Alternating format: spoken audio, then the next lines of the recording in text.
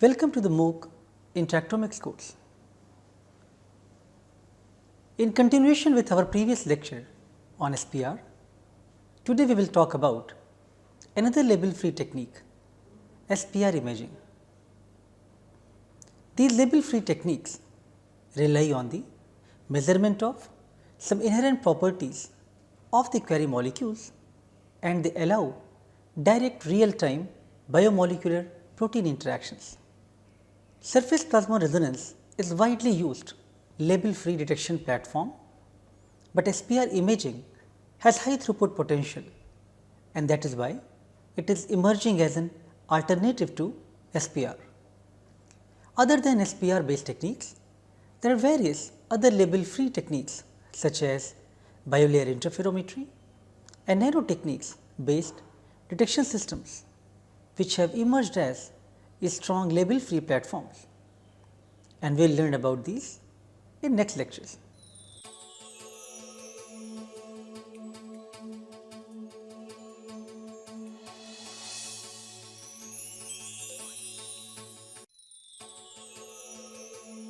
Today we will talk about surface plasmon resonance imaging or SPRi. In SPRi, the entire biochip surface is illuminated at a time with a broad beam of monochromatic polarized light.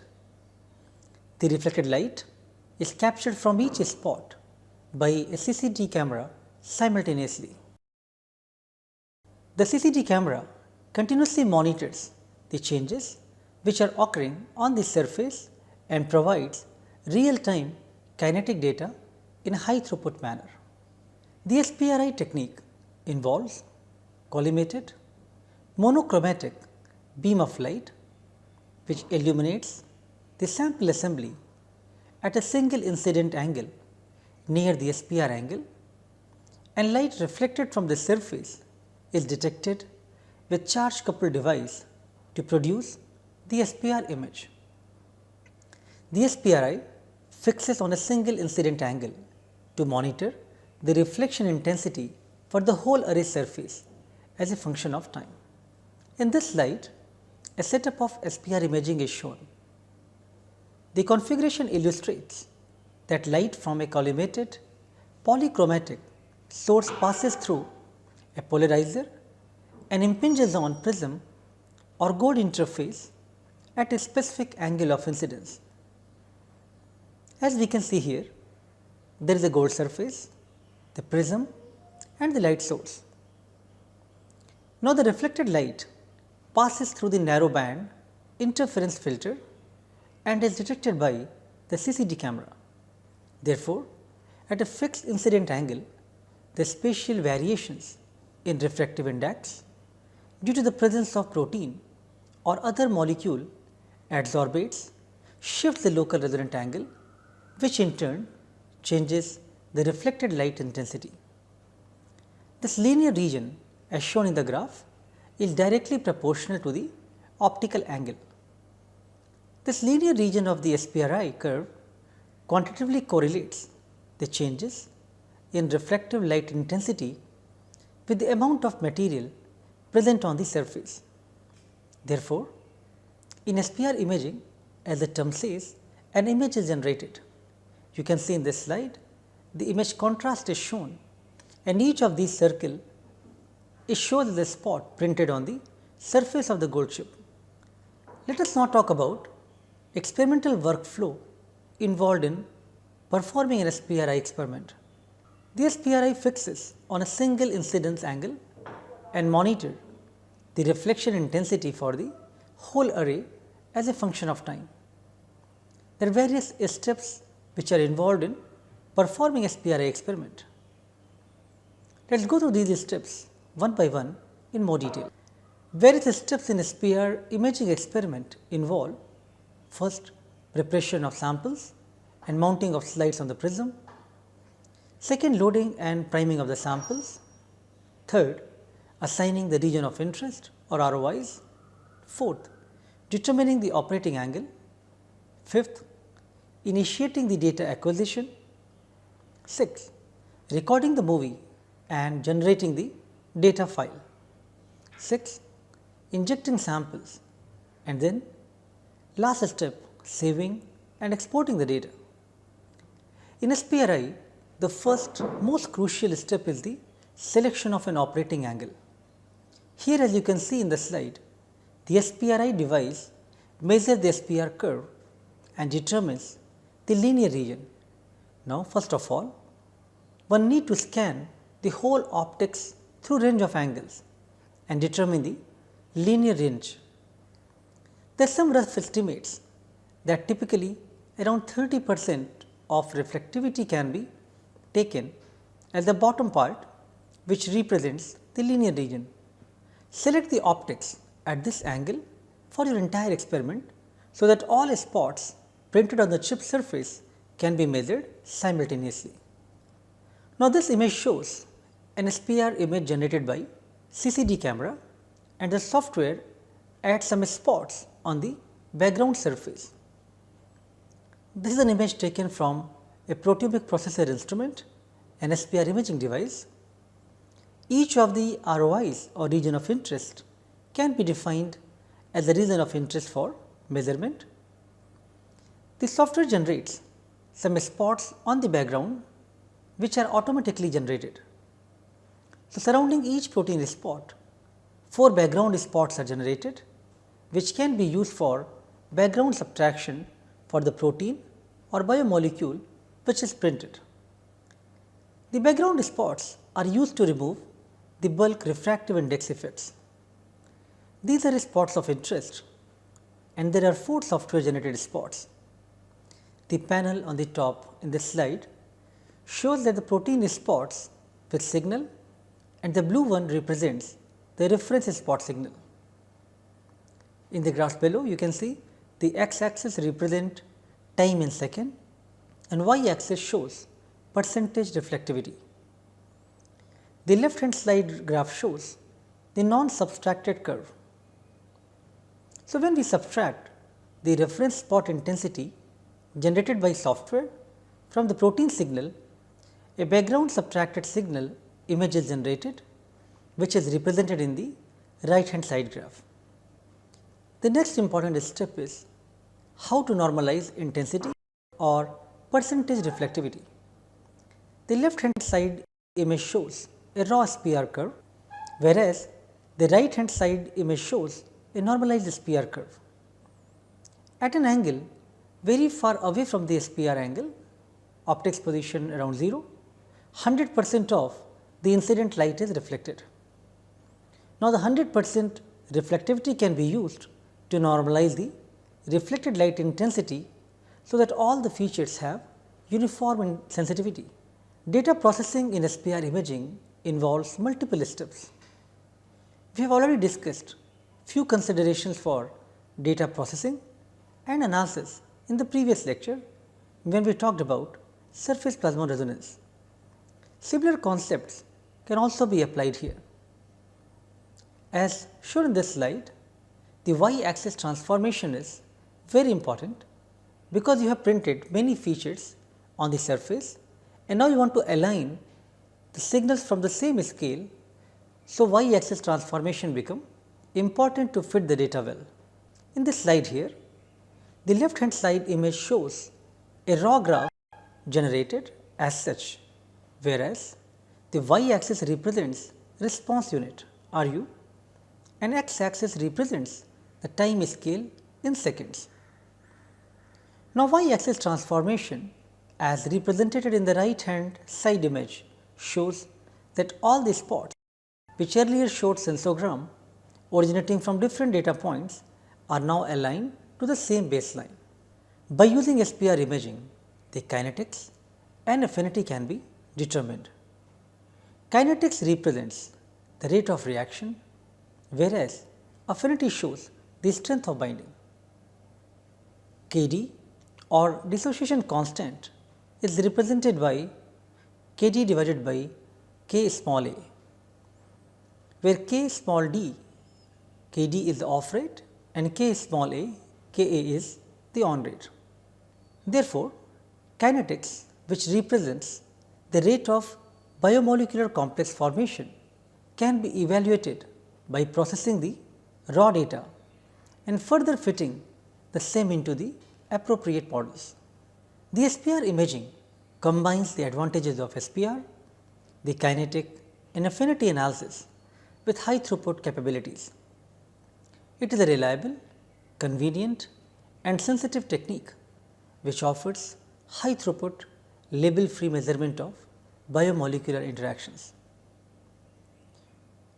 Let us now discuss some of the very basic concepts involved in SPR imaging in following animation.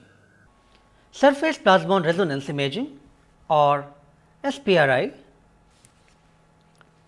In this technique, a gold coated glass array surface is used for immobilization of antibodies complementary to the target protein of interest.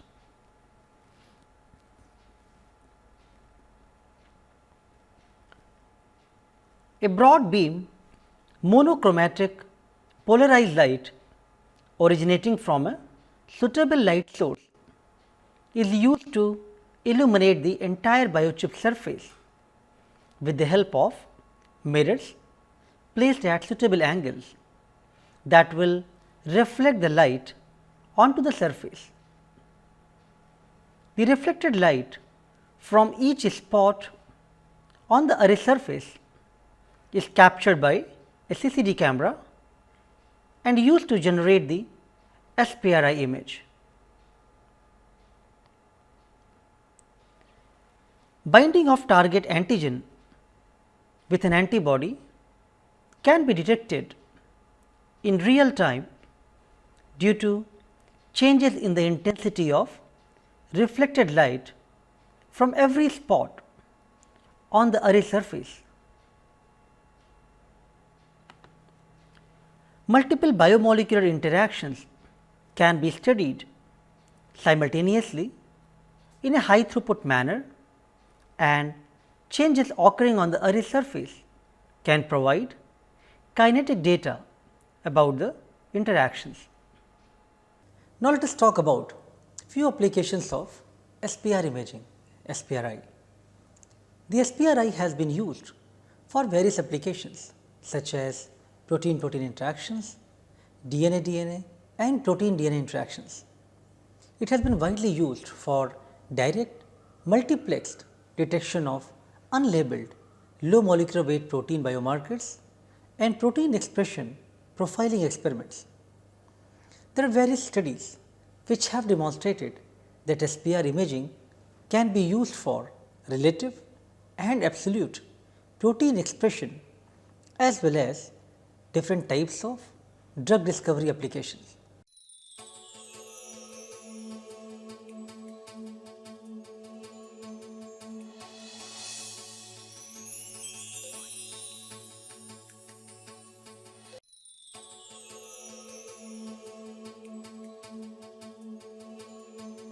Let us now talk about another related technique which is also based on SPR principle, which is nano-hole array. Nano-hole array technique utilizes the label-free detection of biological binding events in a very high throughput manner with temporal and spatial resolution.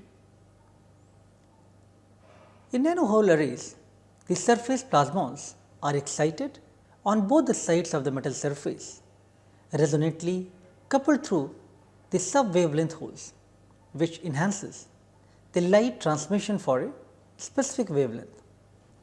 There are some unusual optical transmission characteristics at the resonant wavelength, which are shown by the ordered arrays. There are some studies which have shown that an integrated nano-hole array with extraordinary optical transmission or EOT intensity can achieve 10 times more sensitivity as compared to the prism based SPR configuration. Let us look at this configuration of nano-hole arrays. As shown in this slide, a gold coated chip of nano-hole is shown.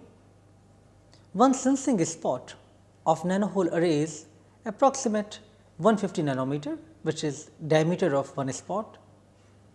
One sensing spot is again expanded and you can see there is 12 by 12 matrix of nanoholes. So, the periodicity of each nanohole is in the nanometer range depending on the transmission light intensity. This graph represents intensity of transmitted light versus time scale. As analyte concentration increases on the nanohole arrays, the transmission intensity decreases exponentially. Therefore, nanohole arrays are promising for studying the binding kinetics of protein-protein interactions, and they are also compatible for the microarray based high throughput formats. There are many advantages of using nanohole arrays. They provide information in the real time with multiplexing capability. The optical alignment is very simple and miniaturization is very much possible using this type of platform. One can get rid of the bulky prisms, which is the case in traditional SPR instrument, which is not required in this case here. Furthermore, the sensitivity is much higher in nanohole arrays in comparison to traditional SPR. However, there are few demerits as well. The technique is insensitive to conformational changes and is again limited to gold or silver surfaces. The simple optical alignment, its easy miniaturization, very small footprint, very high sensitivity, multiplexing capability and collinear optical detection makes nanohole array a very useful platform for various applications. Nanohole arrays are promising for high throughput protein microarray based applications as well. They have been used for binding kinetics measurement, biomarker screening as well as studying protein-protein interactions.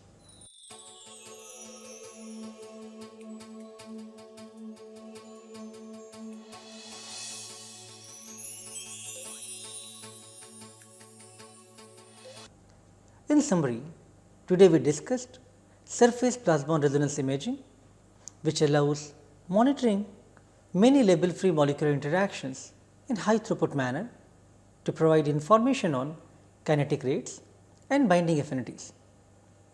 Interactions involving DNA, protein, oligosaccharides or complex samples can be analyzed by using SPR imaging.